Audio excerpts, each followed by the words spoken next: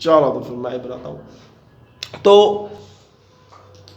Question में answer क्या था कि time is equal to 18 second. जैसे टाइम 18 सेकंड्स होगा ना तो इनकी जो s की वैल्यू है वो सेम है, ठीक है। तो अभी वन बाय वन करके करेंगे। केस वन अगर इसमें देखें तो केस वन कौन सा आ रहा है, ये फर्स्ट इस साइड वाला, ठीक है। तो इसके ऊपर काम करते हैं। देखिए s की वैल्यू निकालनी पड़ेगी, तो ऐसी इक्वेशन सोचो जिसमें s हो, तो v square minus u square equal to 2s। एक तो ये पड़ेगा और बाकी में देखो t वैसे t भी आएगा, है ना। s is equal to ut plus half a square है, और इसके अलावा v is equal to u plus at है। तो s के लिए ये परफेक्ट है क्योंकि टाइम वगैरह भी आ रहा है इसमें, ठीक है। क्वेश्चन में टाइम वगैरह भी है, हम लोग इस इक्वेशन को यूज करते हैं और करते हैं काम, ठीक है। s is equal to ut plus half a square. So equation use करेंगे हम लोग s is equal to ut plus half of at square. तो देखिए फर्स्ट केस में मान लो ये जो इसने ट्रेवल किया उसको s1 ले लेता हूँ, ठीक है। s की वैल्यू s1, इनिशियल वेलोसिटी उसके पास 0 थी, तो 0 और 0 से आप लोग मल्टीप्लाई करें कुछ भी तो 0 होगा, हाफ का हाफ। एक्सेलरेशन के लिए 10 लेते हैं, और टाइम देखिए टाइम क्या है, इस पॉइंट तक अगर टाइम की बात करें तो 0 से लेकर 18 सेकंड, जब टाइम 18 सेकंड हुआ है तो इक्वल है, तो t की वैल्यू मैं 18 ले रहा हूं, ठीक है। दिस इज 18 स्क्वायर, 2 से कट करो, दिस इज 5 एंड 5 into 18 का स्क्वायर, इसको एज इट इज ही रखेंगे, ठीक है। बाद में करते हैं इसको, क्लियर है बात। देन केस 2 की अगर बात करें, ठीक है, इधर ही कर देता हूं यार केस 2, ठीक है। केस 2 क्या है, दूसरी साइड, ये वाली साइड। तो केस 2 में थोड़ी बातें समझने वाली हैं, यही इक्वेशन यूज करेंगे, s is equal to ut plus half at square. s की वैल्यू क्या करेंगे, s1 सॉरी s2, ठीक है। सेकंड केस में s2। अच्छा इनिशियल वेलोसिटी कितनी थी उसके पास, v, इस बार 0 नहीं होगी, उसने वेक्टर वेलोसिटी से, तो v, so initial velocity is v, और टाइम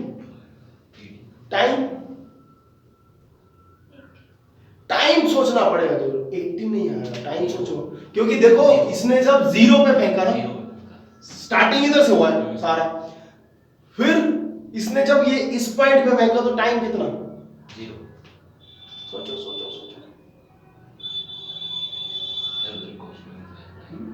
लगाओ दिमाग लगाओ, कितना आएगा इसको।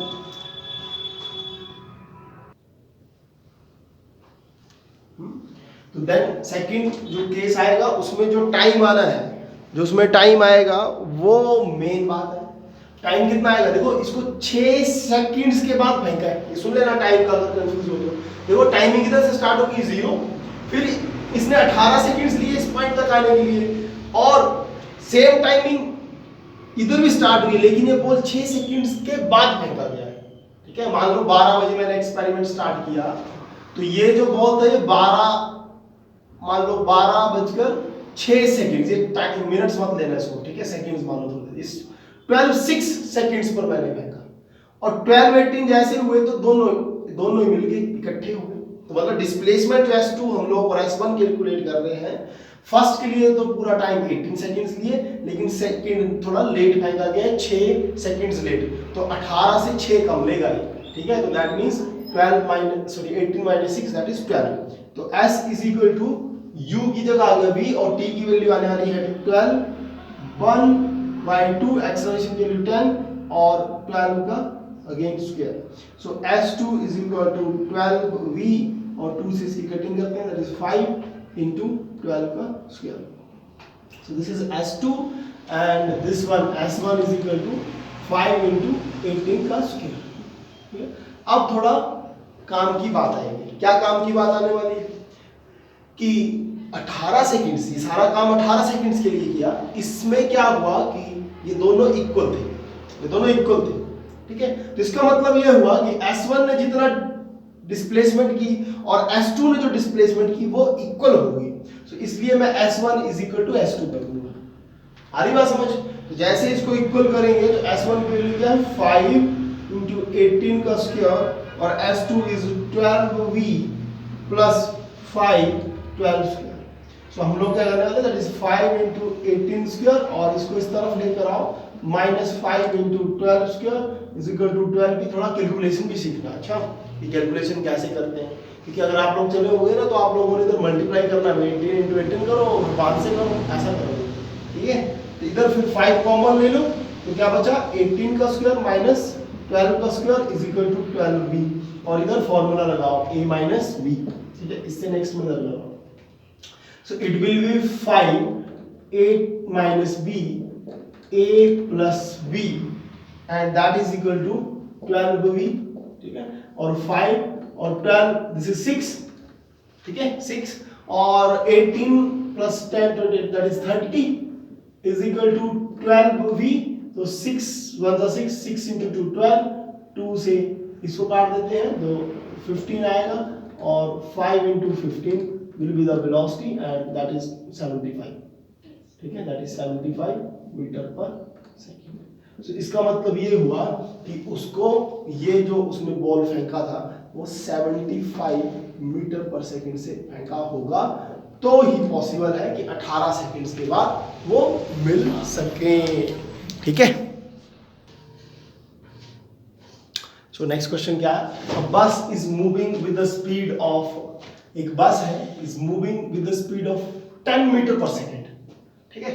तो एक बस बना देता हूं मैं, ठीक है, छोटी सी बस, ऐसा ऐसा और ऐसी वाली बस है, ठीक है। इधर मैं बैठा हूं, ठीक है, और मैं चला हूं अपनी रफ्तार से 10 मीटर पर सेकंड, गाने गाता हूं, ठीक है, बिल्कुल स्लो। स्कूटरिस्ट, पीछे से कौन आया स्कूटर में,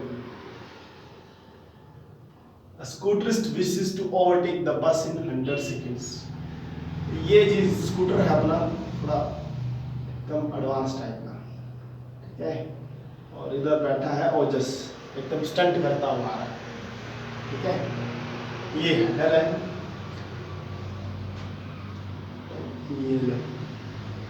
ये हैंडल इसका, ठीक है, ठीक है जी। और इस अब क्वेश्चन शुरू होता है, scooterist wishes to overtake the bus in 100 seconds. आज इसके दिमाग में आया कि इस बस को मैं 100 सेकंड्स के अंदर क्रॉस कर दूंगा, ठीक है। क्या दिमाग में आया कि मैं जी 100 सेकंड्स के अंदर इसको ओवरटेक कर दूंगा, ठीक है। और the bus is at a distance of 1 kilometre, और ये जो बस है इस स्कूटर से अगर बात की जाए तो 1 किलोमीटर की दूरी पे बस चलेगी, ठीक है। From the scooterist with speed, with what speed should the scooterist chase the bus? अब ये क्वेश्चन राइज होता है कि यार कितनी स्पीड से चले तो ताकि 1 किलोमीटर जो है वो 100 सेकंड्स में क्रॉस कर सके। दिमाग में क्या है कि to overtake the bus in 100 seconds, उसका टाइम इस सारा जो भी करेगा परफॉर्मेंस जो भी होगी स्कूटर और बस के बीच में, वो है 100 सेकंड्स के अंदर उसको ये सारा कर्तव्य करके दिखाना है ना, काम उसका, ठीक है। तो अब क्वेश्चन जो है राइज होता है कि मान लो स्कूटर की जो स्पीड है वो मैं मान लेता हूं v मीटर पर सेकंड से चल, ठीक है। मान लो इसकी जो स्पीड होगी वो v मीटर पर सेकंड हो, तो इस बस को ये ओवरटेक कर लेगा 100 सेकंड्स के अंदर 1 किलोमीटर का डिस्टेंस। तो क्वेश्चन देखना भी, अभी क्या है, दो चीजें हैं आप लोगों के पास, एक है इधर बस, और बस चल रही है इस तरफ, ठीक है जी। और अगर मैं स्कूटर वाली की डायरेक्शन की बात करूं, सिर्फ डायरेक्शन की, तो स्कूटर भी इसी साइड चल रहा है v मीटर पर सेकंड। और जब भी दो चीजें आएंगी तो रिलेटिव वेलोसिटी का कांसेप्ट लगेगा, ठीक है। रिलेटिव वेलोसिटी का कांसेप्ट लगेगा, ठीक है जी। तो आप लोगों ने रिलेटिव वेलोसिटी लेनी है। जब दो चीजें एक डायरेक्शन में चल रही हो तो रिलेटिव वेलोसिटी क्या होगी, प्लस या माइनस, आंसर इज माइनस होगी, ठीक है, याद रखना, रिलेटिव वेलोसिटी माइनस होगी। तो फास्ट कौन चलेगा, क्योंकि स्कूटर वाले को इसको चेस करना है, ठीक है। तो इसकी स्पीड ज्यादा होगी, तो बड़ा माइनस छोटा करने के लिए v माइनस 10 लेंगे। सो ये थोड़ी सी बात इंपॉर्टेंट आ जाती है इधर कि रिलेटिव वेलोसिटी जब दो चीजें एक डायरेक्शन में चले तो तो माइनस होती है, जब ऑपोजिट चले तो प्लस होती है, ठीक है, ये याद रखना। तो रिलेटिव वेलोसिटी आ गई है, डिस्टेंस आपके पास पड़ा है, डिस्टेंस की अगर मैं बात करूं तो डिस्टेंस इज 1 किलोमीटर और 1 किलोमीटर इज 1000 मीटर और टाइम आपके पास पड़ा है 100 सेकंड्स। सो आप लोग इजीली कर सकते हैं, we know that velocity is equal to displacement over time. So this is displacement,